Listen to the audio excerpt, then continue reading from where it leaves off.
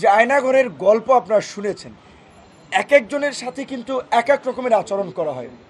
আমাকে 18ই জুলাই ভোর রাতে বা মধ্যরাতে 3টা কি 3:30টার দিকে আমাকে তুলে নিয়ে যাওয়া হয়।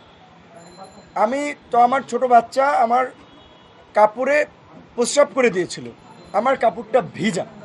আমি বলেছিলাম যে ভাই আমি কাপড়টা চেঞ্জ করে যাই। চিলে যেমন স্বীকার করে ঠিক অমনিভাবে গেঞ্জি এখানে আমাকে একেবারে চ্যাংদোলা করে আমাকে টেনে হেসে নিচে নামালো।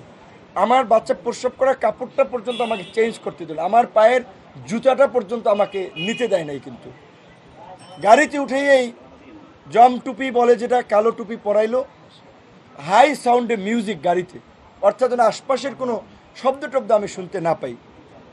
তারপরে রাতেই নিয়ে গেল, নিয়েই চোখ মুখ বেঁধে জিজ্ঞাসাবাদ এবং সেই সাথে অমানবিক, মানে বলতে পারেন যে আপনার অমানবিক মারধর করে। এক পর্যায়ে আমার শরীরে কাঁপুনি চলে আসে, আমার মুখ দিয়ে লালা বের হয়ে যায়। তারপরে তারা ডাক্তার আনে। তাদের সিস্টেম কতটুকু মানে মানসিক নির্যাতন করার জন্য উন্নত সিস্টেম, এই নির্যাতনের পরে তার ডাক্তার আনে। ডাক্তার চোখ বাঁধা আমাকে ইঞ্জেকশন দেয়। আমি ইঞ্জেকশন দেয় কিসের ইঞ্জেকশন, এটা কি ভালো না মন্দ, না এর সাথে কোনো জীবাণু ঢুকিয়ে দিচ্ছে, আমি তো জানি না। আমি চোখটা কাপড়টা একটু সরিয়ে ভদ্রলোককে দেখার চেষ্টা করেছিলাম, সে খাপ করে আমার হাত ধরে ফেলছে। পরে ওনারে কথা বলতে বলতে জিজ্ঞেস করলাম, উনি বলে আমাকে মাঝে মাঝেই এরকম আনে।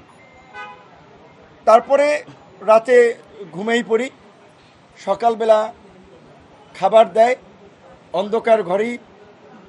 একটা ছোট্ট মহসিন হল, ঢাকা বিশ্ববিদ্যালয়ে যারা গেছেন, নিচে যে সিঙ্গেল রুমগুলো থাকে ওই রকমের একটা রুমের মধ্যে বাথরুম, লাইট নেই। খাবার দিছে মোমবাতি জ্বালাইয়া, দিনের খাবার না রাতের খাবার আমি জানি না।